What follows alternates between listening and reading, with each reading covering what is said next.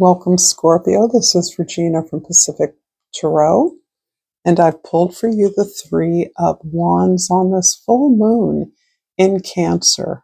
I've talked about it previously, but I'm actually in the full moon energy at this time and feels like a very important way of honoring our ancestors during this first full moon of the new year. Excuse me. The Three of Staffs is describing the steps you're taking to set something up anew, a new project, a new effort, the preparations you're making, the contacts necessary, the resources you've identified to start on a new path. This can be a new learning path, a new project or effort at creating something with others. It relies on the input of others and your willingness to face a new direction within your work, within your skill set, within your talents or gifts. This is a general reading, Scorpio, so it isn't going to resonate for all of you. If you're interested in a personal reading, information for that is in the description box below. So welcome again. In your present, you have the Death, or what is more properly called the Rebirth card. This is one of your cards. This is describing, although often associated with another astrological sign, for me, the energy of death is absolutely connected up with your ruling planet Pluto, that in Greek mythology ruled the underworld. So the idea that this is a place we go and can come back from, can be reborn from, is an important feature of your temperament, your sign, and your process. So here I do feel that you are transforming energies within a well-trod path for you, that you are recognizing those things that are not serving you or your process or your productivity, and new ways that you can regenerate your gifts, your interest, to improve upon the products or services that you provide. And this is a process of looking clearly at the things that haven't worked for you and your own responsibility in why they haven't been working for you. So you're releasing old habits, behaviors that includes relationships or situations that were not effective, and making room for this rebirth, really, this beautiful new dawn that you are experiencing through something new. In the past, we have the Judgment card. So you have been on quite a journey, quite a long journey of increasing your awareness, becoming more fully conscious of the value of your gifts and your talents, the import of the potential contribution you can make to the world.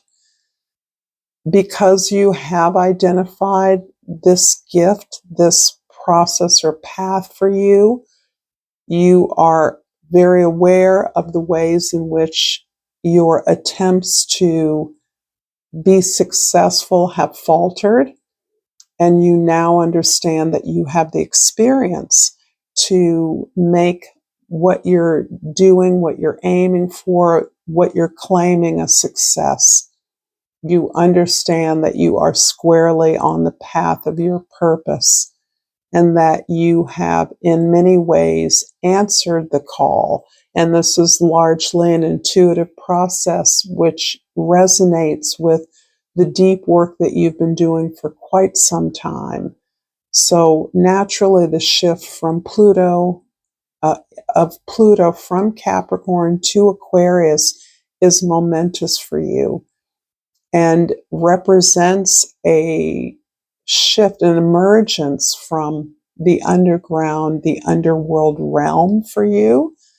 It's not that you have abandoned that or buried that. you identify that as the source of this emergence into the light of day, into a greater global consciousness. In the future, we have the Three of Cups. So a second three is always about resonating with the energy of the Empress, the empowered deity, the empowered Earth Mother, the model for everything that we do. The Three of Cups is all about the love that you have in your life, the resources that encircle you. And for you, this is a very deliberate cultivation. This characterizes the way you live and the way you work. So you are surrounding yourself, acknowledging those close at hands, not only individuals and relationships, but resources that you've always had there at your disposal. You're renewing them, you're reinvesting in them through this new path, new journey, new activity that you're engaging in. And that renewal means that you're experiencing yet again another iteration of the flow of your gifts, the flow of your expression, the vulnerability that you can expose among these intimates, these peers that help you with through your creative process, give you a place to sound out your experiences, your experiments, help you identify and name the source of your inspiration, and give you a place to vent uh, throughout the process so that others may learn from you just as you learn from them. This is your safe space. And this is the appropriate place where we bring our creative gifts, our products, our services for a safe airing, a safe evaluation that comes directly from us. I hope that's clear. I'm going to hope that this reading is resonating for you, Scorpio. If so, please like this video. Please share this with others if you feel inclined. And please subscribe to my channel, Pacific Tarot. It means a lot to me that you do support me to continue to give free readings. So I pulled the Love card. I commit to the practice of seeing the good in all things. And this is really resonating with the number of threes. Again, the Empress energy is underlying all of this so that you are expressing your sense of empowerment in the world. It's really flowing through you and through those you work with so that collaboration, the appreciation of your resources and the circle of love that supports you are all about this way that you are giving back to the world as you fuel and feed yourself. In the present, the Death card is clarified by the Nine of Pentacles and the Four of Swords.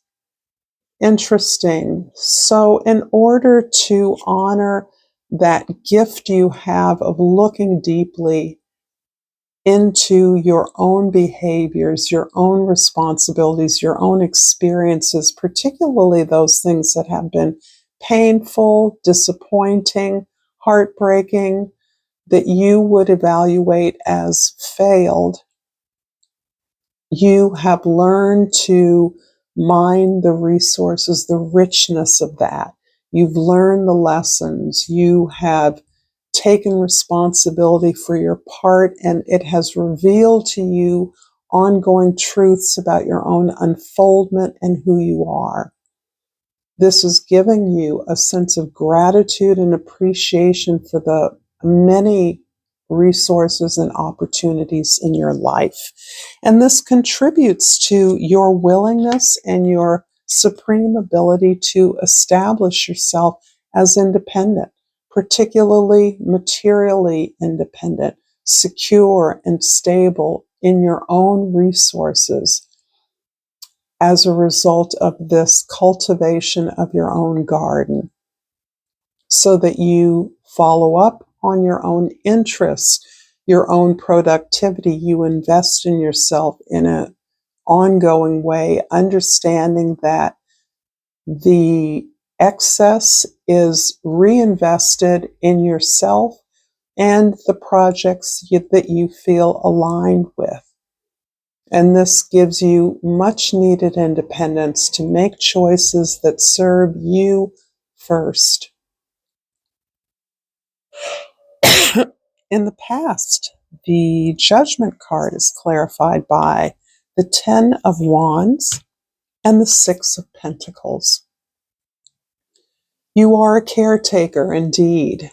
You are one who it easily comes, well, easily isn't always, that's sort of judgmental, but who understands that relationships function best. You exchange energies most productively by coming to clear agreements with others, and that you've committed to all of your relationships exhibiting a high standard of equity, of fairness, of balance, of justice. And you have in part done this because you have released those responsibilities or obligations that no longer belong to you. Sometimes this occurs naturally when we leave a job, when we retire, when someone passes away. But more often than not, this is you identifying things that drain you rather than support you. This is also often the result of no longer attempting to conform to the expectations of others, not feeling moved to do things because someone else wants you to do them, releasing the very beliefs that they must be done a certain way, or that there are finite resources, and your ability to uh, control those on behalf of others means that there's less for you. You've released that system of belief. Um, and in doing so, you actually have relieved yourself of a lot of false obligations and uh, allowed yourself the rest that you so desperately and consciously deserve. In the future, the Three of Cups is clarified by the Judgment card once again and the Knight of Swords. It's what I'm getting from these two cards is how you have challenged your own understanding of your destiny, how your sense of a calling has evolved. So I do believe that there is a sense of calling, of service to others that may have consistently informed your life in the past, and that has evolved in ways that help you uh, as a result of you challenging assumptions about the way things are. And in part, that comes as a way of releasing things from your past that don't serve you, releasing the expectations, the needs, the demands of others, the requirements of others that actually do not resonate with you, that do not have a place in your universe. So that this willingness to constantly interrogate and be curious about the possibilities that exist, to reflect on your experiences in the past with a view to experiencing the magical, what appears to be a magical opening up of your own experience of the world through releasing uh, the unreasonable demands upon you. You are actually experiencing how you have been in your zone, fulfilling your destiny, uh, serving your calling at a high level, a higher level than before. And I think this is about the way you see your own development, the evolution of your talent or gift serve a new and broader audience than before, engaging you in new and unexpected communities, and continuing generating the cycle of generating ideas and thus generating more abundance. I'm going to finish this reading with an oracle card. I can never remember the name of this oracle. And I pulled Survival. First, I'll show you the beautiful picture. I believed Aquarius got this very same card. Draw on your strength and resilience to survive challenging times. You have the inner resources needed to endure and overcome difficulties. Trust in your ability to persevere and emerge stronger through diversity. Thank you so much, Scorpio, for this reading. Until next time, namaste.